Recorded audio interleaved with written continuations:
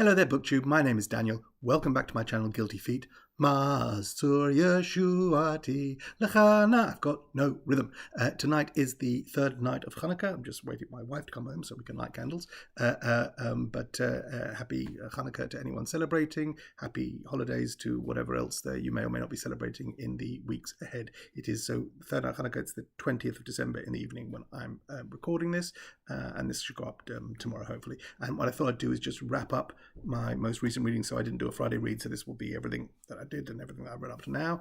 And then today is Tuesday night. Thursday night we're flying to London, and I'll talk a little bit about what my plans are for book purchasing and reading while I'm there.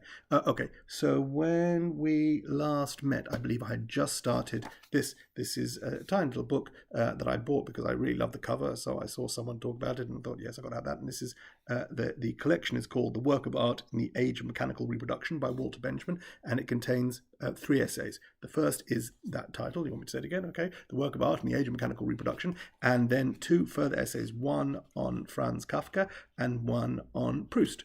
So a little highbrow, probably a little too highbrow for me. The first essay, which sounded interesting to me, I found a bit chewy, a bit hard to really. A lot of it went over my head. I'm just not really smart enough for these kind of things. But no, wonderfully written and translated, I should say.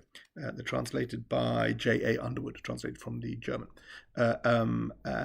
So the first essay, which I think is one of Benjamin's most well-known, Art in the Age of Mechanical Reproduction, sort of went over my head. I kind of got what he was saying, but I didn't really get to the meat of it. But then the other essay, so an essay about Kafka, who I have not read much of beyond Metamorphosis and whatever other short stories were in that collection. I haven't read The Trial or The Castle, and I know I should, and I keep putting and even more so because of what happens after Kafka dies, and he asks his executor to burn all his papers, and he steals them.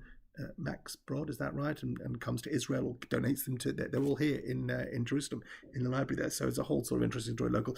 Nicole Krauss wrote a book which was sort of talking about that. A novel. What was it called? Anyway, so as much as I'm not really in the know with Kafka, actually this was a really good essay. I really enjoyed that, and also Proust. I've only ever read 3 volumes of In Search of Lost Time, À la recherche de temps perdu. I read three volumes. This great ones. I'll show you them because I never got any further. It's terrible. 1 second. Yeah, so this is my attempt at reading Proust. I've read volumes 1, 2, and 3. This gorgeous editions that came sort of peach and pink. It looks like your favourite ice cream or sorbet, more than a sorbet colour. This is the new, fully revised and updated edition of the Scott Moncrief and Kilmartin translation. Wiser men than I will know whether that's a good one. I think, is this the good one? Is this the one you're supposed to read? Anyway, this was, whenever this came out, 1 second, I'll tell you exactly when I bought this. So this is April 2000, the first volume. Then volume 2, I bought April 2001, and volume 3, March 2002. So I read one a year start of the century, and then never got beyond that. And I could, first of all, I probably could now with the internet. I could probably chase down. I think there's 3 more volumes in this set. I could probably chase down the same editions, and they would look great. But I just lost track. I couldn't do it, and I'm sorry. One of the things I resign myself to. It's up there. It's on the shelf with the Silmarillion and Finnegan's Wake. Just probably not going to read the rest of Proust. But the thing I liked about Benjamin's essay was he makes a really good case for how funny Proust is. Not something I came away with from the 3 volumes I read in 3 years, but so actually I enjoyed the essay. I think probably the most out of the 3. I like the Kafka one, even though I'm picking about Kafka. But the Proust essay just makes a really solid case for the fact that he's really funny, which sort of went over my head. And maybe one day, if I ever go back, I'll start again from the beginning and try and see the laughs. So that was that. Then after that, I read X-Men, Messiah Complex, which is kind of goes against my rule because that's a number of authors. It's hard for me to file everything by author, including even my graphic novels. And this is a crossover, big summer crossover. So there's issues from 3 different X-Men books. There's Uncanny X-Men, which is the main title. Then there is X Factor. Anyway, well, you don't need to know, but there are 3 different titles that are published monthly that usually tell different stories, and then they do a crossover, and they all each comic.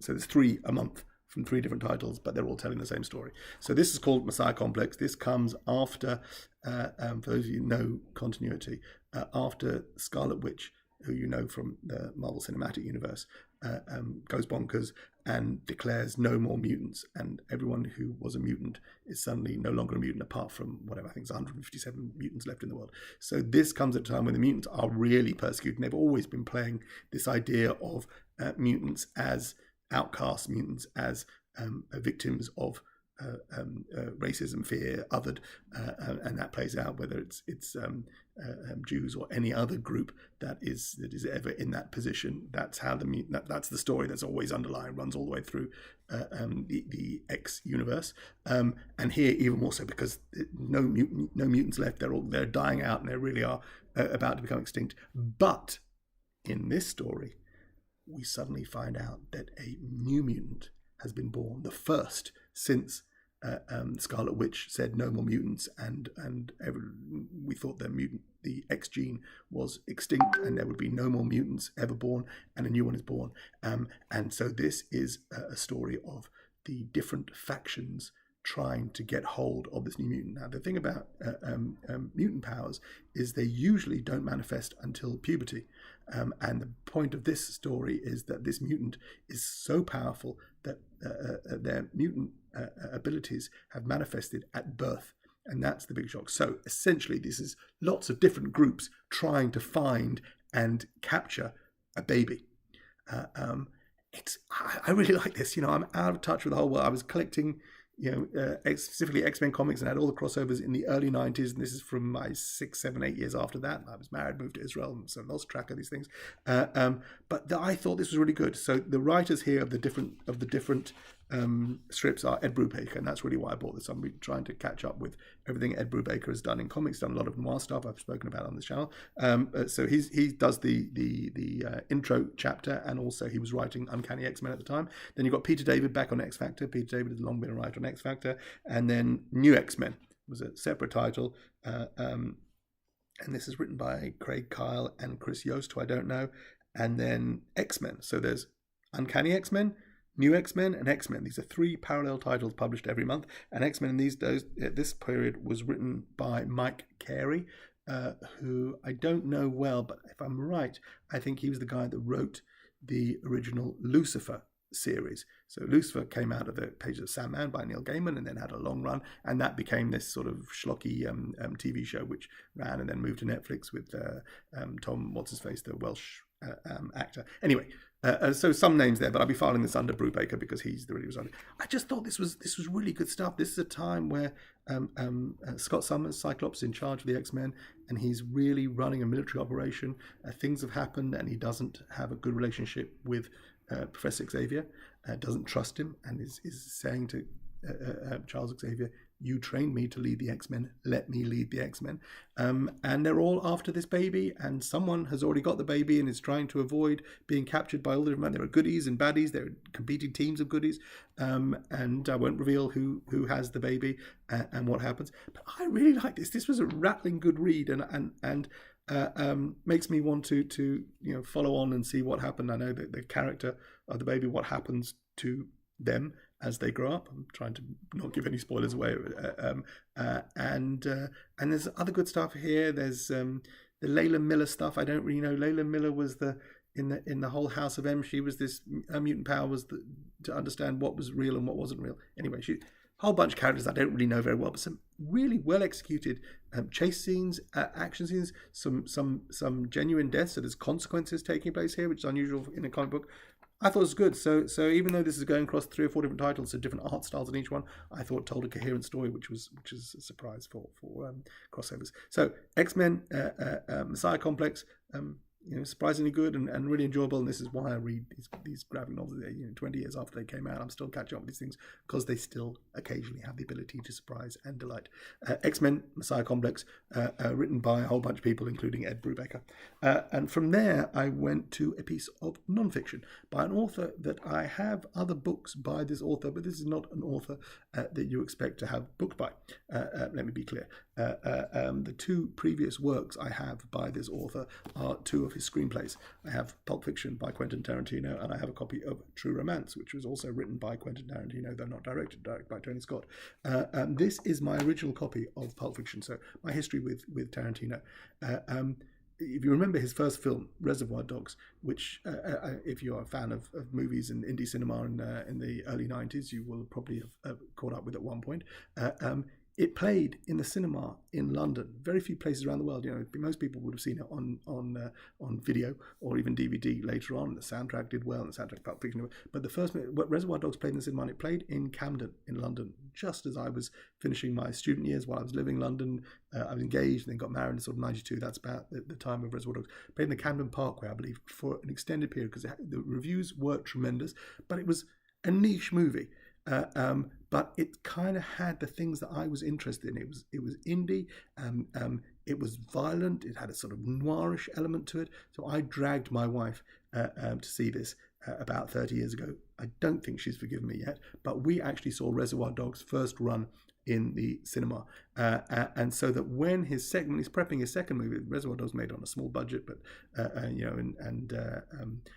made with money. He sold it at Sundance and became this big indie hit. Then Reservoir Dogs, then Pulp Fiction is due, and that's going to get a proper release. This is the birth of Miramax. We definitely don't want to talk about them anymore.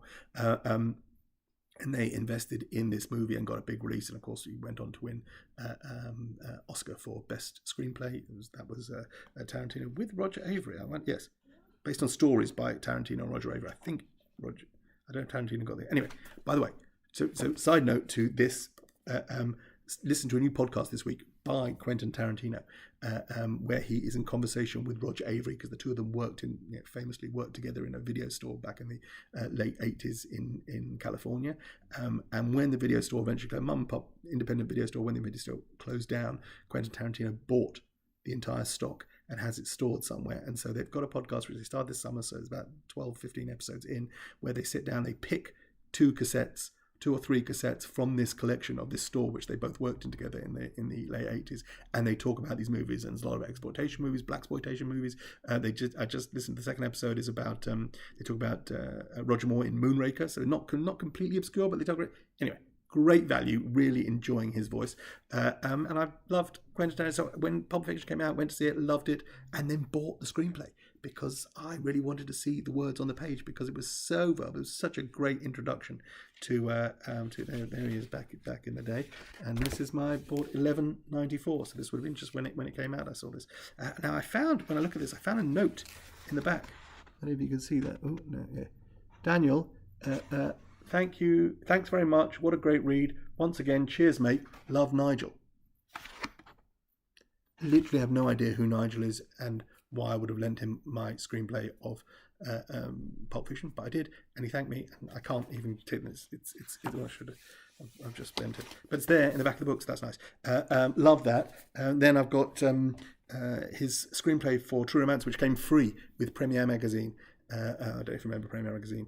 But it was like originally it was like an American version of it predates. So then we had, in the UK we had Empire, and you could import Premiere Magazine and get the American print. But then EMAP, as it was at the time, the publisher got the right to publish an English version of Premiere, a UK version. So there was the US version and there was the UK version. A lot of things. Actually, when I did my internship at Empire Magazine, one of my jobs was to go and pick up the US version of Premiere, and we had a deal with them that we could reprint some of their articles. So I would sit there with a copy of this month's Premiere Magazine in front of me at the computer, and I would be typing it into the computer in the office in Empire Magazine to publish it. Anyway, if you ever find the edition of Empire Magazine from summer '93. with Arnold Schwarzenegger on the cover, holding up a golden ticket. It was promoting the Last Action Hero, was a big hit movie, not a hit movie. I'm thanked in the credits of that issue. Anyway, by the by, this is lots of stories. This is True Romance, which I love. True Romance. You see, I saw True Romance in the Odeon Swiss Cottage, which is a great cinema. I think there were maybe 5 of us in the screening. I probably went on my own, but great movie. I love True Romance. One of my favourite things based on a Tarantino script. Tony Scott, I think was a director who could make you excited occasionally. Not a big Top Gun fan, but I've loved other stuff that Tony Scott's done. I love that movie, and I'm pleased with this. Anyway, so the new book that I actually read this week is this Cinema Speculation by Quentin Tarantino, which I bought half price from Amazon. So this is a £25 hardback. I'd never bet, so I paid £12.50 for it, and I've seen now it's already up to £17.50, so you can't get it £12.50 anymore. So I was really pleased that I got it, because £12.50 is about the right price for me to whiz through something like this. He writes as he speaks. It's breathless, it's fanboyish, but he's no fool. He's not. Tarantino just has managed to make a career for himself, not caring that much about what other people think. So he has opinions, but they're opinions. He's not like, I'm right and you're wrong. This is what he thinks, and he's not afraid of what he thinks. There's also got great anecdotes on this. In this, it's a lot about movies. Some movies I haven't seen, like there's a whole chapter on a movie called Rolling Thunder with William Devane as a Vietnam vet who was attacked and his wife killed and his arm chopped off.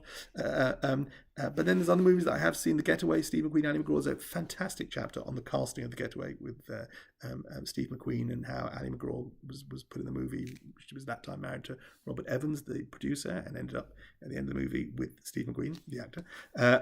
There's a great chapter on Deliverance, which is not a movie I've ever wanted to sit through. I know exactly what happens in Deliverance, and I'm not for me.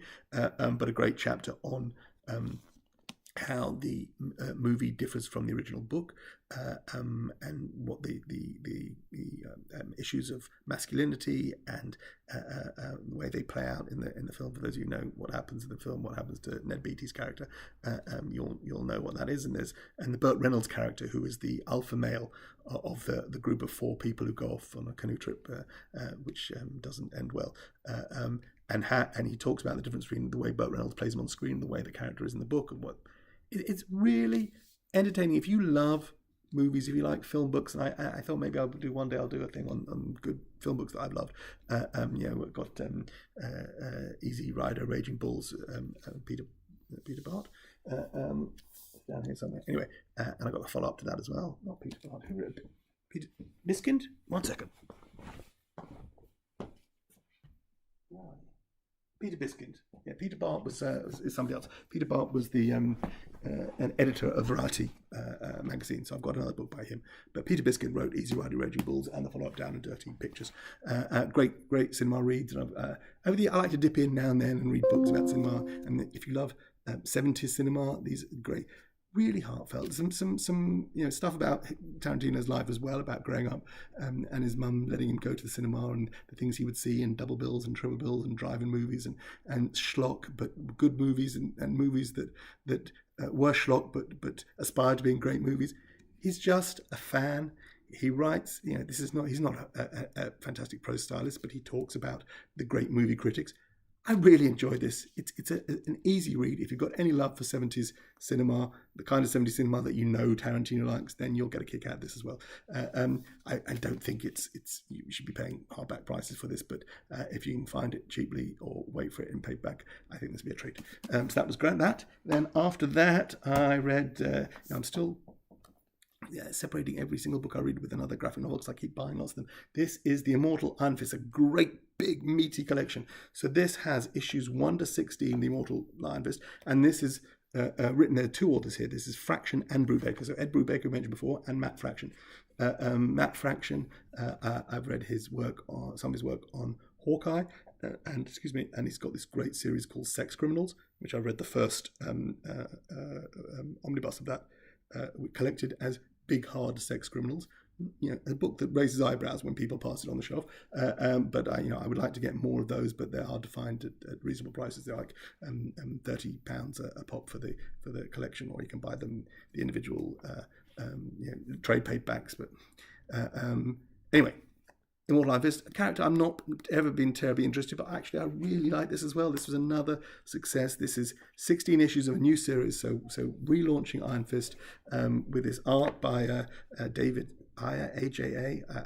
I'm saying Ayer because it makes me sound cosmopolitan, but it could be Aja or it could be Aja. And apologies.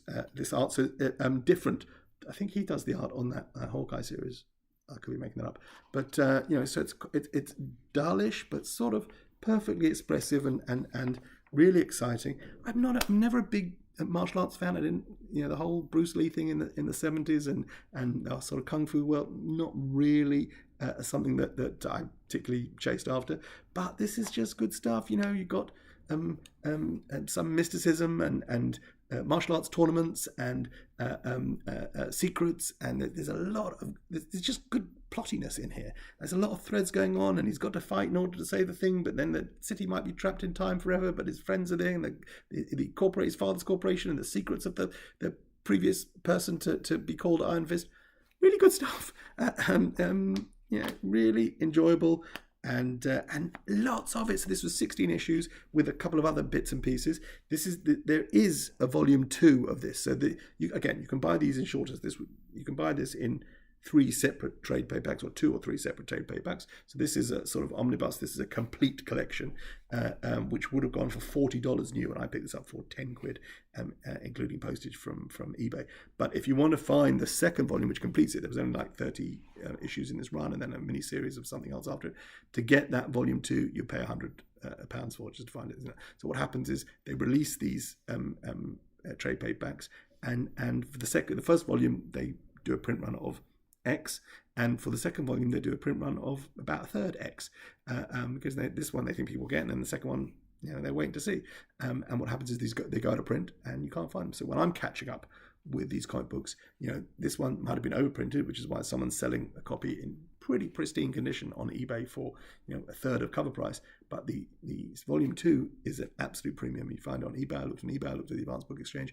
If you want to get, and it's just the same thing, the exact same paperback that originally sold for $40 will now cost you $140 if you want to buy it.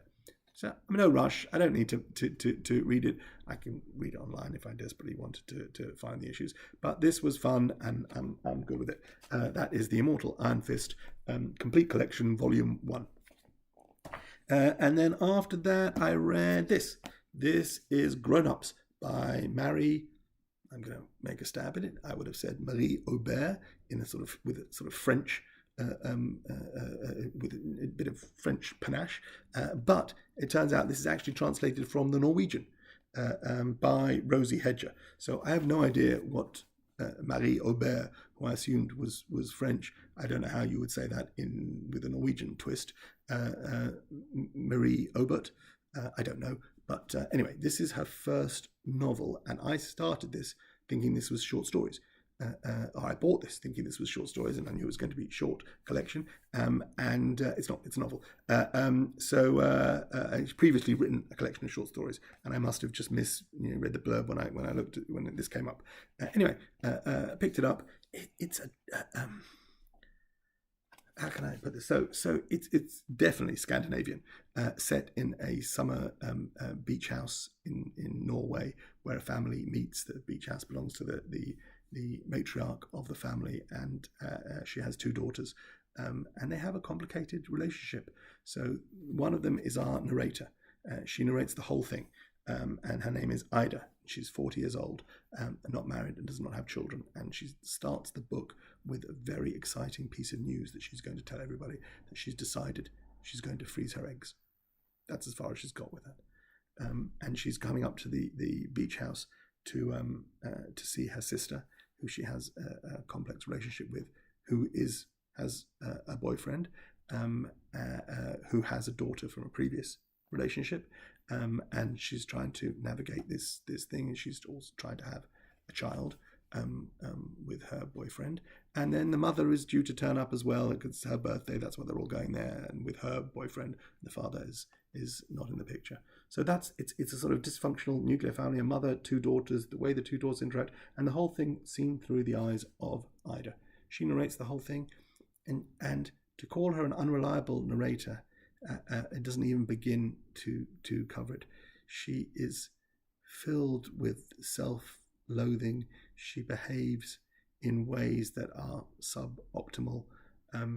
She may not be a nice person, or she may be broken, or just out of sync with her surroundings and her family in ways that they're just as out of sync with her.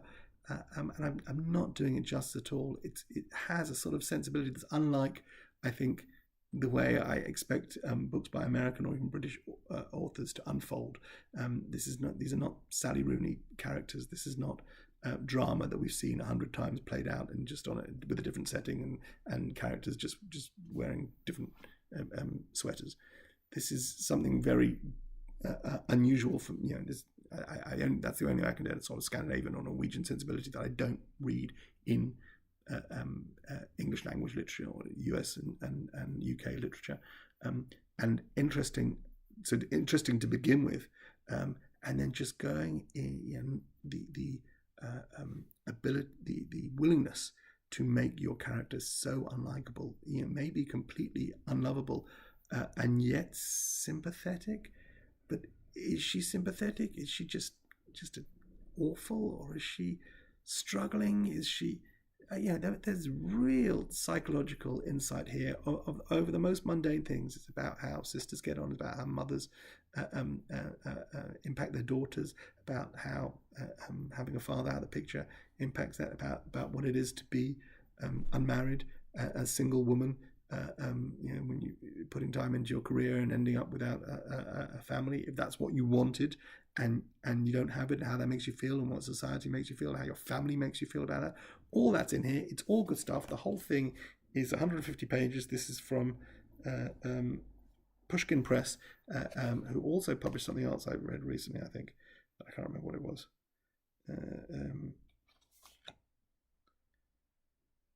No, I don't know. They published When We Cease to Understand the World by Benjamin Lavertoux, which I haven't read, and Tender as the Flesh, which I didn't read. There was something else I thought. All Night, At Night, All Blood is Black by David Diop, which I haven't read, but I want to. Anyway, so good things about Pushkin Press, and this is an interesting work in translation, 150 pages. You can get through this. I would cautiously recommend it, just because it's different, but good. So that was that. I finished that, and now I'm reading a book which I'm going to take with me on the plane, and that's the latest, or not the latest one I'm up to in this dreadful Gabriel Allon series by Daniel Silva. This may be the last one I do because they're rubbish. And I started reading them because James Elroy was raving about Gabriel Allon as a great character and a great spy, and this is great written.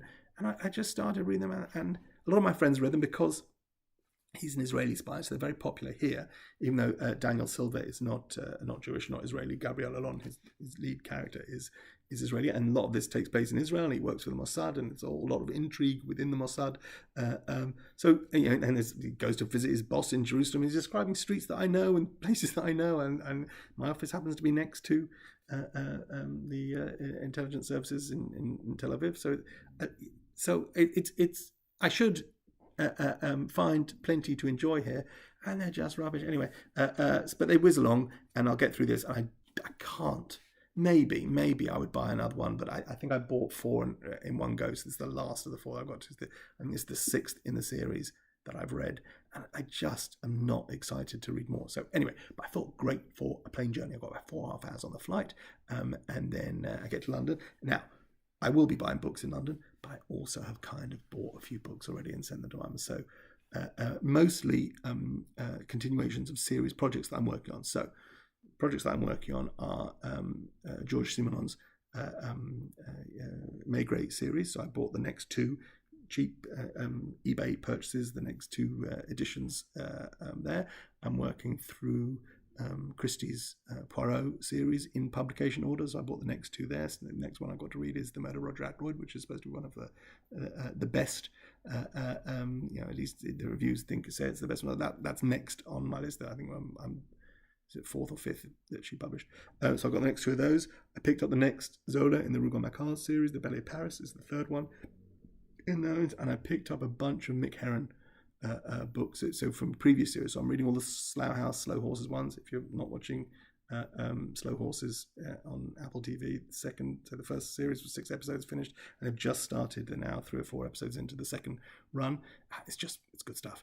But I picked up I cut the first 2 in one of his earlier detective series before he struck it big with Slow Horses. So that, and I go and do some shopping when I'm in London, because that's what I do: buy books and read them. And that's it. Wow, I've spoken for 30 minutes about all the books I'm reading, and that, I think, if you're not sick to death of me by now, then you probably need a really long break to get over this. Take care. God bless. Enjoy your time off if you're having it. Enjoy whatever it is you're doing if you're not. Wish you all well, and maybe I'll record some stuff in London if I buy some books. Take care. Bye.